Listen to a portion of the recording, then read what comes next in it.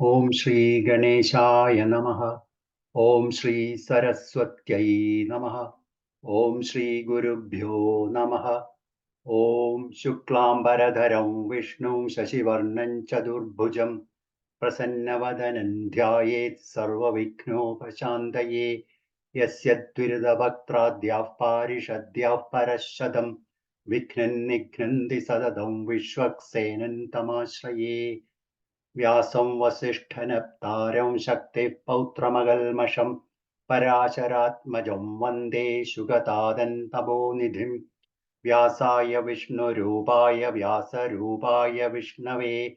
नमो वै ब्रह्मनिधये वासिष्ठाय नमो नमः। अविकाराय शुद्धाय नित्याय परमात्मने सदैकरूपरूपाय विष्णवे सर्वजिष्णवे यस्य स्मरणमात्रेण जन्म संसारबन्धनात् विमुच्यते। नमस्तस्मै विष्णवे प्रभविष्णवे। ॐ नमो विष्णवे प्रभविष्णवे। श्रीवैशम्पायन उवाच श्रुत्वा धर्मान् शेषेण पावनानि च सर्वशः युधिष्ठिरः शान्तनवं पुनरेवाभ्यभाषत। युधिष्ठिर उवाच किमेकं दैवतं लोके किं वाप्येकं परायणं स्तुवन्तः कमर्चन्तः प्राप्नुयुर्मानवः शुभम्। को धर्मः सर्वधर्माणां भवतः परमो मतः किञ्जबन्मुच्यते जन्तुर्जन्म संसारबन्धनात्। श्रीभीष्म उवाच जगत्प्रभुं देवदेवमनन्तं पुरुषोत्तमं स्तुवन्नाम सहस्रेण पुरुषस्तदोत्थितः तमेव चार्चयन् नित्यं भक्त्या पुरुषमव्ययं ध्यायन् स्तुवन्नमस्यंश्च यजमानस्तमेव च। अनादिनिधनं विष्णुं सर्वलोकमहेश्वरं लोकाध्यक्षं स्तुवन्नित्यं सर्वदुःखादिगो भवेत्। ब्रह्मण्यं सर्वधर्मज्ञं लोकानां कीर्तिवर्धनं लोकनाथं महद्भूतं सर्वभूतभवोद्भवम् एष मे सर्वधर्माणां धर्मोऽधिकतमो मतः यद्भक्त्या पुण्डरीकाक्षं स्तवैरर्चिर्नरः सदा। परमय्यो महत्तेजः परमय्यो महत्तपः परमय्यो महद्ब्रह्म परमय्यः परायणम् पवित्राणां पवित्रय्यो मङ्गलानां च मङ्गलम् दैवतं देवतानां च भूतानयो व्ययः पिता यतः सर्वाणि भूतानि भवन्त्यादियुगागमे यस्मिंश्च प्रलये यान्ति पुनरेव युगक्षये तस्य लोकप्रधानस्य जगन्नाथस्य भूपते विष्णोर्नाम सहस्रं मे शृणु पापभयावहम्। यानि नामानि गौणानि विख्यातानि महात्मनः ऋषिभिः परिगीतानि तानि वक्ष्यामि भूतये। ऋषिर्नाम्नां सहस्रस्य वेदव्यासो महामुनिः छन्दोनुष्टुप् तथा देवो भगवान् देवकीसुतः। अमृतांशोद्भवो बीजं शक्तिर्देवकी नन्दनः त्रिसामा हृदयन्तस्य शान्त्यर्थे विनियुज्यते। विष्णुं जिष्णुं महाविष्णुं प्रभविष्णुं महेश्वरम् अनेकरूपदैत्यान्तं नमामि पुरुषोत्तमम्। अस्य श्रीविष्णुर्दिव्यसहस्रनामस्तोत्रमहामन्त्रस्य श्रीवेदव्यासो भगवान् ऋषिः अनुष्टुप् छन्दः। श्रीमहाविष्णुः परमात्मा श्रीमन्नारायणो देवता अमृतांशोद्भवो भानुरिति बीजम् देवकी नन्दन सृष्टेति शक्तिः उद्भवः क्षोभणो देव इति परमो मन्त्रः। शङ्खबृन्नन्तकी चक्रीति कीलकम् शार्ङ्गधन्वा गदाधर इत्यस्त्रम् रथाङ्गपाणिरक्षोभ्य इति नेत्रम् त्रिसामा सामगसामेति कवचम् आनन्दं परब्रह्मेति योनिः ऋतुः सुदर्शनः काल इति दिग्बन्धः श्रीविश्वरूप इति ध्यानम्। श्रीमहाविष्णुप्रीत्यर्थे श्रीसहस्रनाम जपे विनियोगः ध्यानम्। क्षीरोदन्वत्प्रदेशे शुचिमणिविलसत्सैकते मौक्तिकानां माला क्लुप्तासनस्थस्फटिकमणिनिभैर्मौक्तिकैर्मण्डितां कः शुभ्रैरभ्रैरदभ्रैरुपरि विरचितैर्मुक्तपीयूषवर्षैः आनन्दीनः पुनीयादरिनलिनगदा शङ्खपाणिर्मुकुन्दः भूः पादौ यस्य नाभिर्वियदसुरनिलश्चन्द्रसूर्यौ च नेत्रे कर्णावाशाशिरोद्यौर्मुखमपि दहनो यस्य वास्तेयमब्धिः अन्तस्थं यस्य विश्वं सुरनरखगो भोगि गन्धर्वदैत्यैः चित्रं रम्यते तन्त्रिभुवनवपुषं विष्णुमीशं नमामि।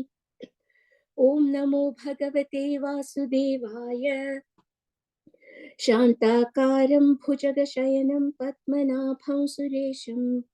विश्वाधारं गगनसदृशं मेघवर्णं शुभाङ्गं लक्ष्मीकान्तं कमलनयनं योगिहृद्यानघं गम्यं वन्दे विष्णुं भवभयहरं सर्वलोकैकनाथं मेघश्यामं पीतकौशेयवासं श्रीवत्साङ्गं कौस्तुभोत्भासिताङ्गं पुण्योपेतं पुण्डरीकाय कटाक्षं विष्णुं वन्दे सर्वलोकैकनाथं नमः समस्तभूतानामादिभूताय भूभृते अनेकरूपरूपाय विष्णवे प्रभविष्णवे सशङ्खचक्रं सकिरीटकुण्डलं सपीतवस्त्रं सरसीरुहेक्षणं सहारवक्षस्थलशोभिकौस्तुभं नमामि विष्णु शिरसा चतुर्भुजं छायायां पारिजातस्य हेमसिंहासनोपरि आसीनमम्बुदश्याममायताक्षमलङ्कृतं चन्द्राननं चतुर्बाहुं श्रीवत्साङ्कितवक्षसं रुक्मिणी सत्यभामाभ्यां सहितं कृष्णमाश्रये। ॐ नमो भगवते वासुदेवाय। ॐ विश्वस्मै नमः। ॐ विश्वं विष्णुर्वषट्कारो भूतभव्यभवत्प्रभुः भूतकृद्भूतभृद्भावो भूतात्मा भूतभावनः भूतात्मा परमात्मा च मुक्तानां परमागतिः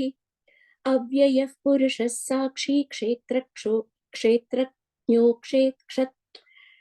अव्ययः पुरुषः साक्षी क्षेत्रज्ञोऽक्षर एव च योगो योगविदां नेता प्रधानः पुरुषेश्वरः नारसिंहवपुः श्रीमान् केशवः पुरुषोत्तमः सर्वशर्वशिवस्थाणुर्भूतादिर्निधिरव्ययः सम्भवो भावनो भर्ता प्रभवः प्रभुरीश्वरः स्वयंभू शम्भुरादित्यः पुष्कराक्षो महास्वनः अनादिनिधनो धाता विधाता धातुरुत्तमः अप्रमेयो हृषीकेशः पद्मनाभो मरप्रभुः विश्वकर्मा मनुस्त्वष्टा स्थविष्ठस्थविरो ध्रुवः अग्राह्यश्शाश्वतः कृष्णो लोहिताक्षः प्रदर्दनः प्रभूतस्त्रिककुब्धाम पवित्रं मङ्गलं परम् ईशानः प्राणदः प्राणो ज्येष्ठः श्रेष्ठः प्रजापतिः हिरण्यगर्भो भूगर्भो माधवो मधुसूदनः ईश्वरो विक्रमी धन्वी मेधावी विक्रमः क्रमः अनुत्तमो दुराधर्षः कृतज्ञः कृतिरात्मवान् सुरेशः शरणौ शर्म विश्वरेताः प्रजाभवः अहः संवत्सरो व्यालः प्रत्ययः सर्वदर्शनः अजः सर्वेश्वरः सिद्धः सिद्धिः सर्वादिरच्युतः वृषा कपिरमेयात्मा सर्वयोगविनिसृतः वसुर्वसुमनः सत्यः समात्मा समितः समः अमोघः पुण्डरीकाक्षो वृषकर्मा वृषाकृतिः रुद्रो बहुशिरा बभ्रुर्विश्वयोनिःशुचिश्रवाः अमृतः शाश्वतस्थाणुर्वरारोहो महातपाः सर्वगः सर्वविद्भानुर्विश्वक्सेनो जनार्दनः वेदो वेदविदव्यङ्गो वेदाङ्गो वेदवित्कविः लोकाध्यक्षः सुराध्यक्षो धर्माध्यक्षः कृताकृतः चतुरात्मा चतुर्व्यूहश्चतुर्दंष्ट्रश्चतुर्भुजः भ्राजिष्णुर्भोजनं भोक्ता सहिष्णुर्जगदादिजः अनघो विजयो जेता विश्वयोनिः पुनर्वसुः उपेन्द्रो वामनः प्रांशुरमोघः शुचिरूर्जितः अतीन्द्रः सङ्ग्रहः सर्गो धृतात्मा नियमो यमः वेद्यो वैद्यः सदा योगी वीरः माधवो मधुः अतीन्द्रियो महामायो महोत्साहो महाबलः महाबुद्धिर्महावीर्यो महाशक्तिर्महाद्युतिः अनिर्देश्य वपुः श्रीमान् अमेयात्मा महादृधृक् महेश्वासो महीभर्ता श्रीनिवासः सताङ्गतिः अनिरुद्धः सुरानन्दो गोविन्दो गोविदाम्पतिः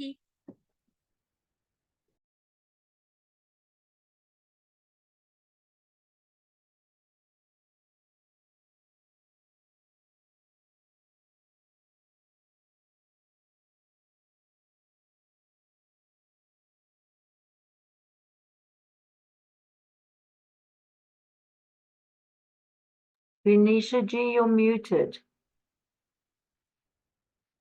I think it's Sumita ji's turn, but she's not here. Oh, acha.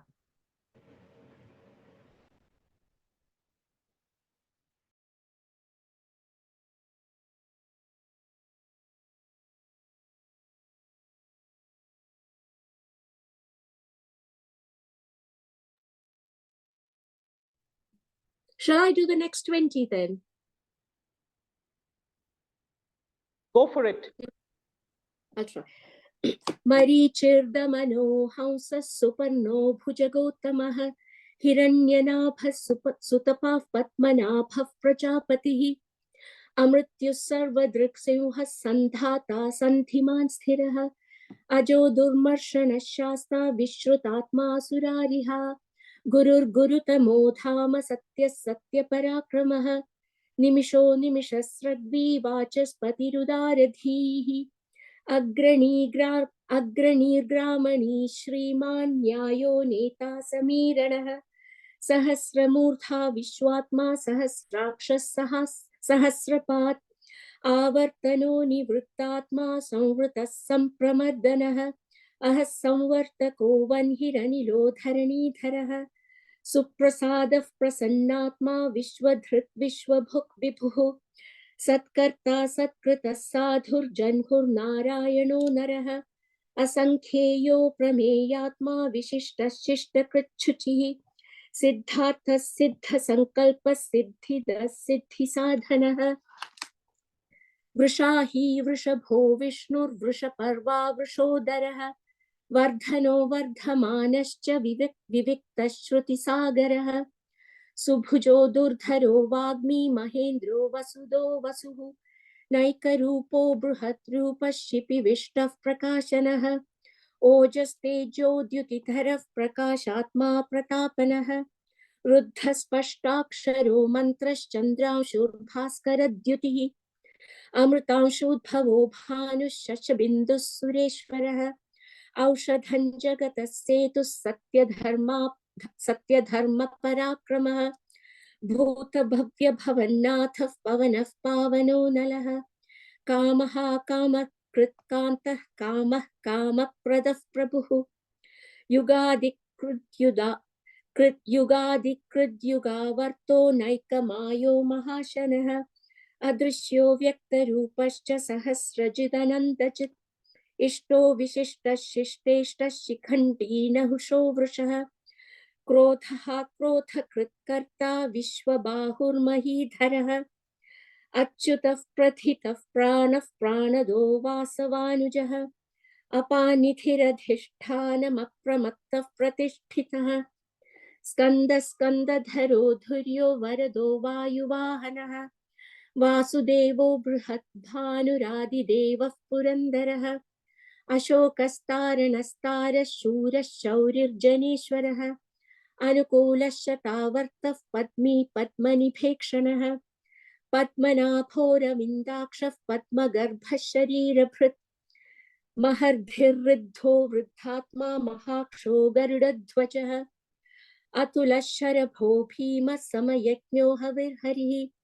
सर्वलक्षणलक्षण्यो लक्ष्मीवान् समितिञ्जयः विक्षरो रोहितो मार्गो हेतुर्दामोदरः सहः महीधरो महाभागो वेगवानमिताशनः उद्भवः क्षोभणो देवः श्रीगर्भः परमेश्वरः करणं कारणं कर्ता विकर्ता गहनो गुहः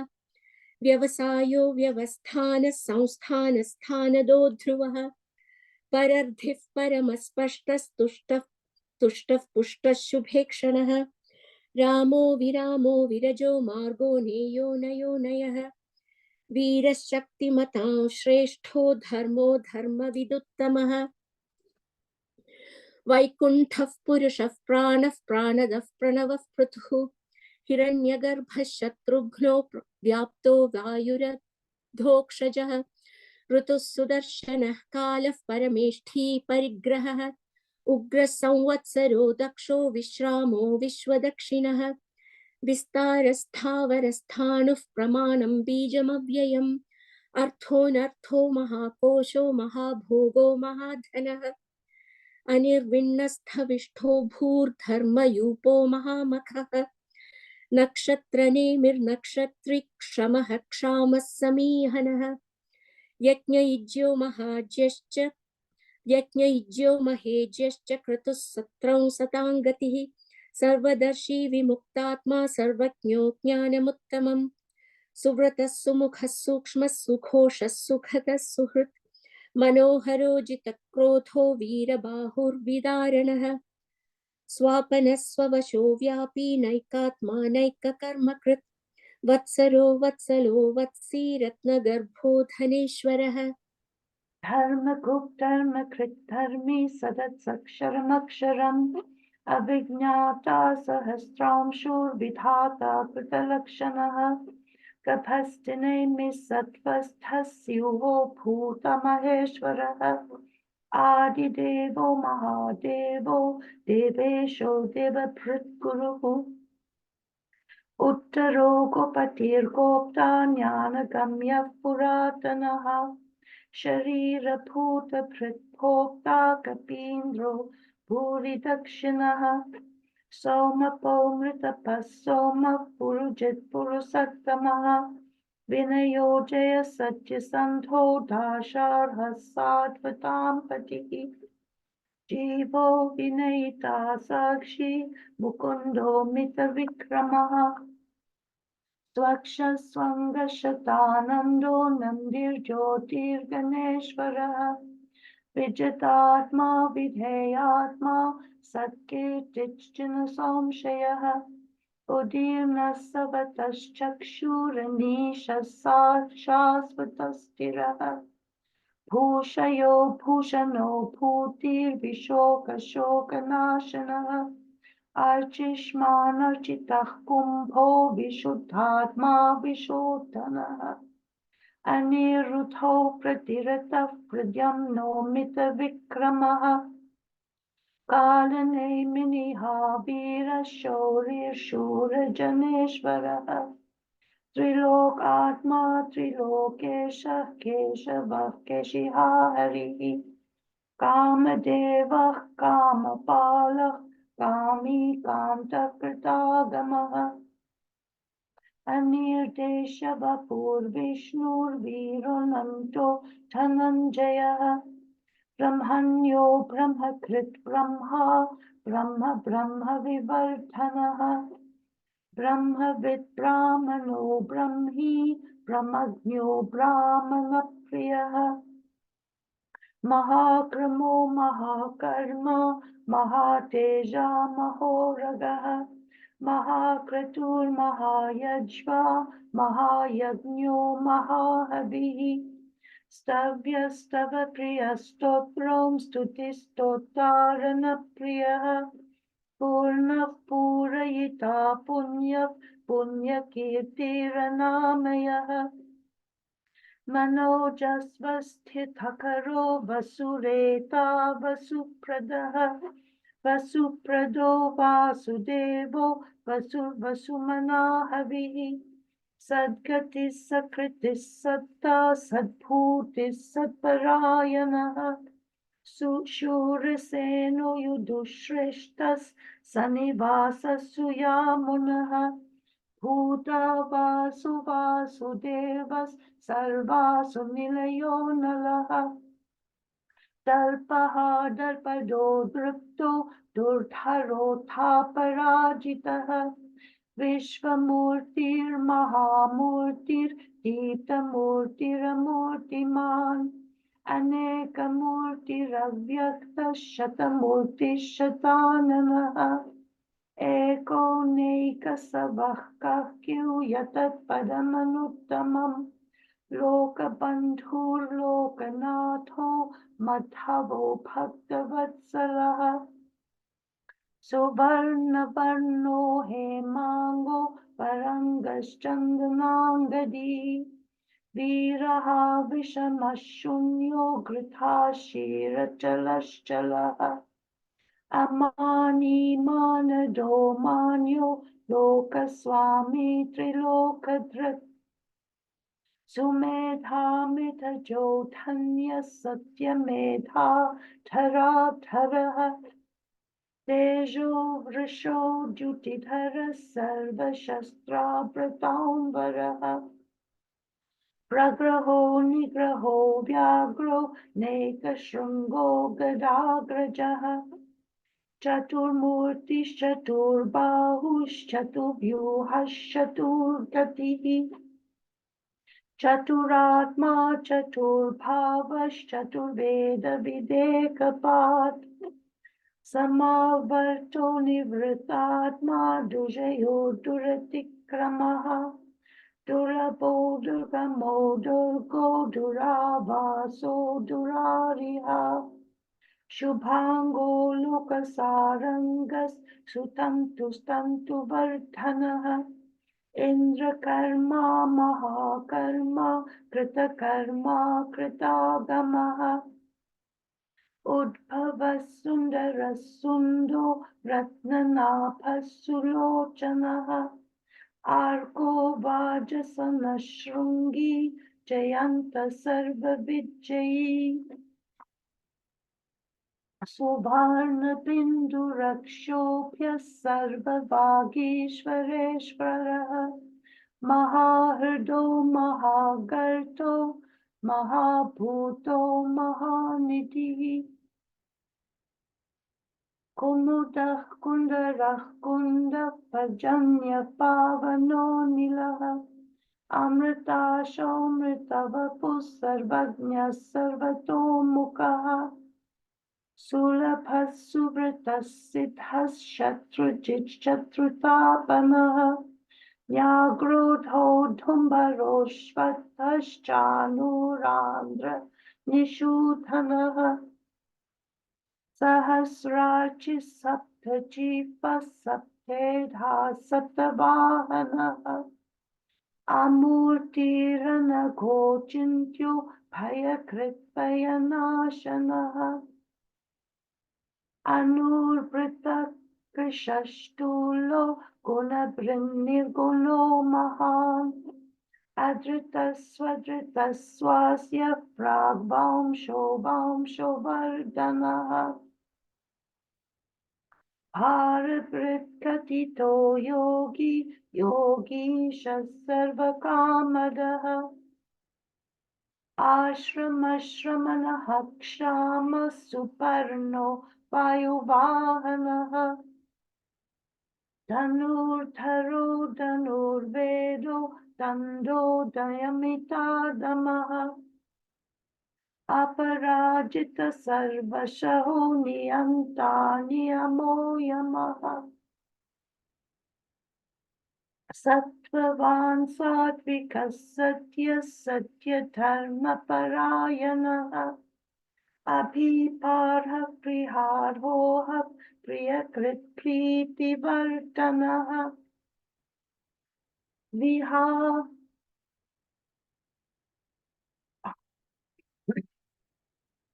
विहाय सकटिर्ज्योतिः सुरुचिर्हुतभुः विभुः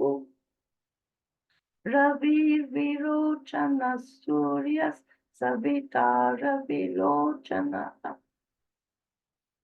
अनन्तो हुतु भोक्ता सुखदो नैकजोग्रजः अनिर्भिन्नः सदा महर्षि लोकाधिष्ठानमद्भुतः. Can somebody else take over, please? सनातनतमः कपिलः कपिरव्ययः स्वस्ति स्वस्ति कृस्वस्ति स्वस्ति भुक् स्वस्ति दक्षिणः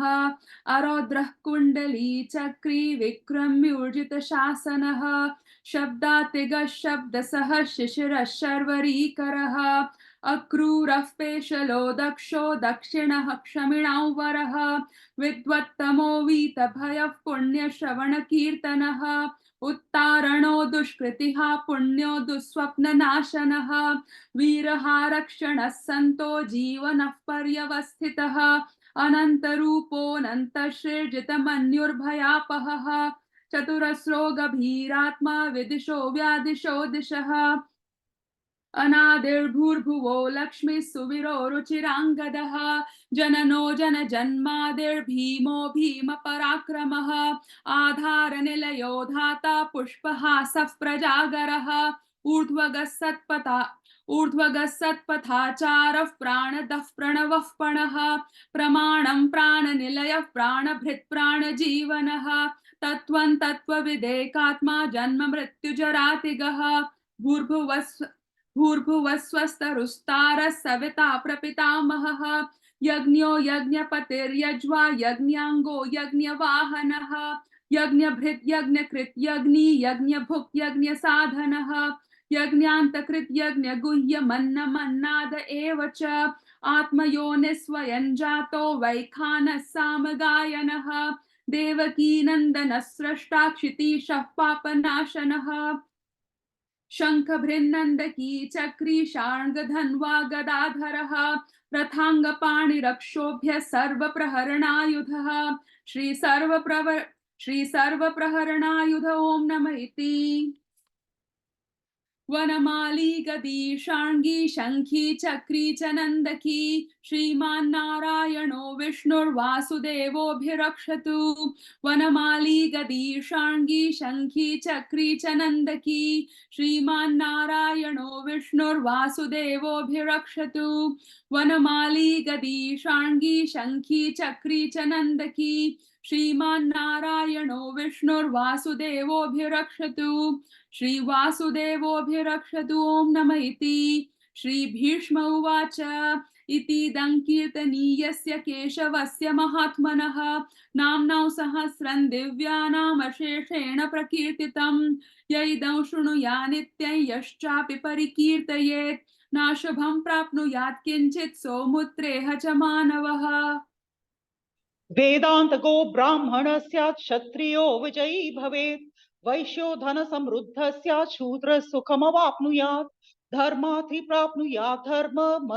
अर्थार्थी चार्थमाप्नुयात् कामान् वाप्नुयात् कामी प्रजार्थी प्राप्नुयात् प्रजां भक्तिमानस्य सदोत्थाय शुचिस्तद्गतमानसः सहस्रं वासुदेवस्य नाम्नामेतत् प्रकीर्तयेत् यशः प्राप्नोति विपुलं याति प्राधान्यमेव च अचलं श्रियमाप्नोति श्रेयः प्राप्नोत्यनुत्तमम् न भयं क्वचिदाप्नोति वीर्यं तेजश्च विन्दति भवन्त्यरोगो द्युतिमान् बलरूप गुणान्वितः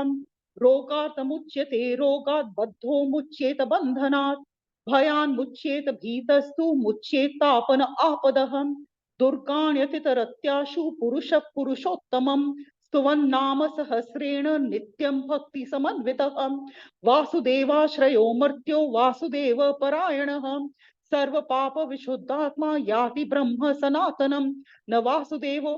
न वासुदेवो भक्तानाम् अशुभं विद्यते क्वचित् जन्म मृत्यु जरा व्याधिर्भयन्नैवोपजायते इमं स्वमधीयान श्रद्धा भक्ति समन्वितः युच्येतात्मसुख क्षान्ति श्रीधृति स्मृति कीर्तिभिः न क्रोधो न च मात्सर्यं न लोभो नाशुभा मतिः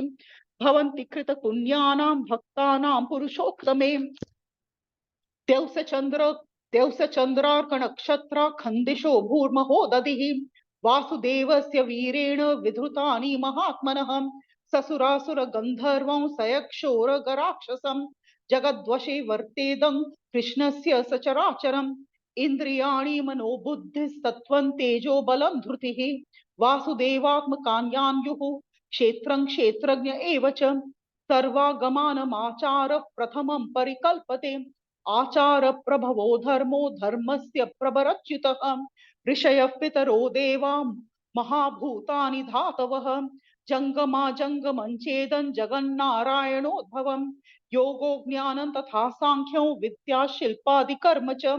वेदा शास्त्राणि विज्ञानम् एतत् सर्वं जनार्दनात् एको विष्णुर्महद्भूतं पृथक् भूतान्यनेकशः त्रीन् लोकान् व्याप्य भूतात्मा भुङ्क्ते विश्वभुकव्ययः इमं स्वं भगवतो विष्णुर्व्यासेन कीर्तितं पठेद्य इच्छेत् पुरुषः श्रेयः प्राप्तुं सुखानि च विश्वेश्वरमजं देवं जगतः प्रभुमव्ययम् भजन्ति ये पुष्कराक्षं न ते यान्ति पराभवम्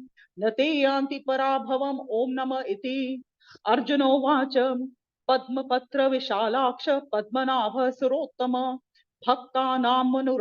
भक्तानामनुरक्तानां त्राता भव जनार्दन श्रीभगवानुवाच यो मां नाम सहस्रेण स्तोतुमिच्छति पाण्डवं सोऽहमेकेन श्लोकेन स्तुत एव न संशय ॐ नमः इति